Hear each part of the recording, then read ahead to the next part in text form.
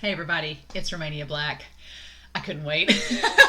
I had to dive in and see what the aftermath of this track meet was. So I went back and I did watch the Crunchyroll because I'm doing dive for the translations, and the translations for dives Run with the Wind are a little bit different than Crunchyroll, and some people have pointed that out. So I usually, when I end an episode here, I'll go back and rewatch it on Crunchyroll just to see the subtitles, the translations being different. The only thing I noticed was um, that maybe Haiji does have his license. He's just not a good driver. That's the only real big thing that I noticed. The rest were just like little nuances of maybe calling the team stupid instead of slow ass or something like that. But yeah, like I talked about in the last episode, I love the character of Fujioka. I love he's kind of this challenge for Kakeru and Haiji. I love that he calls Kakeru out and says, you need to be working with Haiji because if Haiji was in top form, he'd be better than what he did. So he clearly needs some help and you need to step up. And someone commented on Crunchyroll, and I thought this was so cool. They were like, Kakeru runs away from his problems and Haiji runs towards them.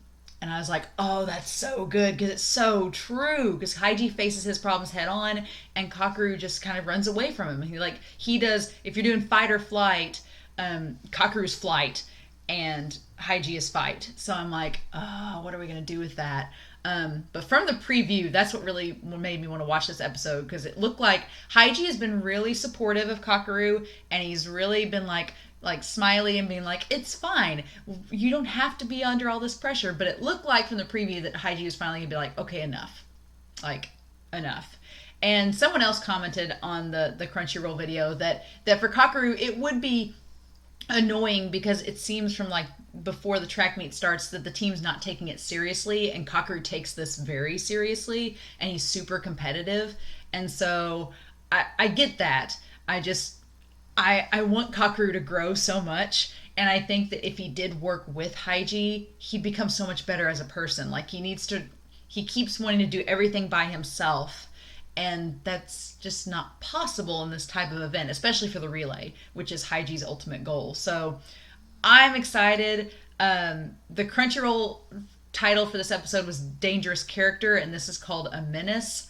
So I'm wondering if Kakeru is the dangerous character because he's just not wanting to compromise or just work with them or work with Haiji specifically. So I don't know, but I couldn't wait. I was like, I need to see how this resolves itself because it seemed like the track meet everybody took it okay, but it's like now that some time has passed and everything's sunk in, is that going to change? And how much time do they have between the matches to kind of train to go further? So I'm really curious about that. But anyway, I hope you all enjoy the reaction. Please feel free to comment below. Thank you all so much for watching, and we are going to just go straight into episode 8 of Run with the Wind, starting here in 3, 2, 1, let's go.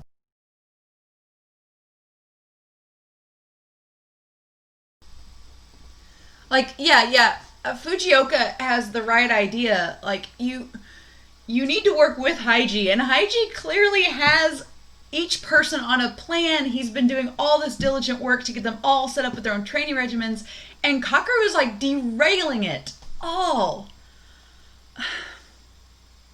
And I get where Kakeru's coming from as a competitor. Like, I get that he just sees them as not being able to do it. But God, that's hard. That's so hard. That's so hard, y'all. That IG's like, you have no right to say that they aren't trying as hard as you because they clearly are. And for him to come out, when he got on to Hannah, I was like, she is doing, you're not getting any better because you're losing track of everything and you're overworking yourself. And it's not, you can't just instantly get better, from a few days. It's all about pacing, and he doesn't want to pace. He just wants to instantly get that instant gratification. But from the preview, hopefully Haiji's like, okay, Nico, let's do this the sensible way and the smart way to get you in a healthy way back on track with this. And I'm glad that Yuki called it out. I'm glad because Yuki's his friend, and Yuki's like, hey, Haiji, Kakeru's really pushing him way too hard. And I'm sure a lot of it has to do too with how Kakeru's been trained, but oh my gosh, like that shot of his knee and him being like, speed isn't everything. I know. And Hygie in the back of his head at that track meet was like, I'm sure he thought he could do better and he could have like placed better, but he's like, that wasn't the point. The point is us getting qualifying and doing that. And oh my gosh. And him just walking away from Hygie frustrates me so much because I'm like, no, he wasn't done talking to you. And then you provoke Prince, and Prince has got a treadmill and is trying. And I think I would cry with this episode if I wasn't so mad at Kakeru.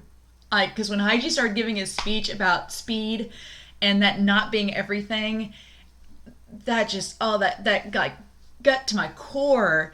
And then that ending with Prince, that's just made me so mad.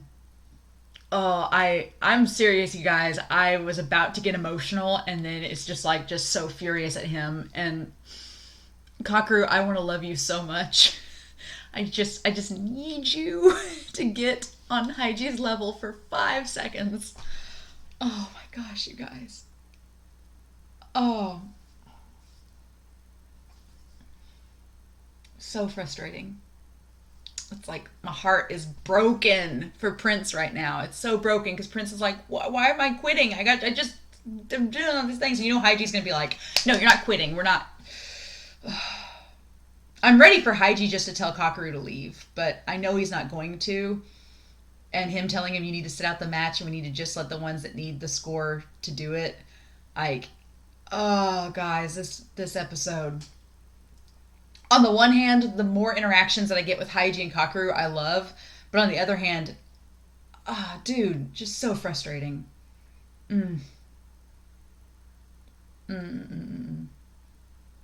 I know that feeling because like I said earlier on in the episode, when I did speech competitively, our team was very much, we weren't underdogs like this. Like, we all did well at tournaments and did fine, but we very much were like, just, it was about the camaraderie and the competition was there, but it was really about the camaraderie and the friendship and the message of the entire thing and embodying that.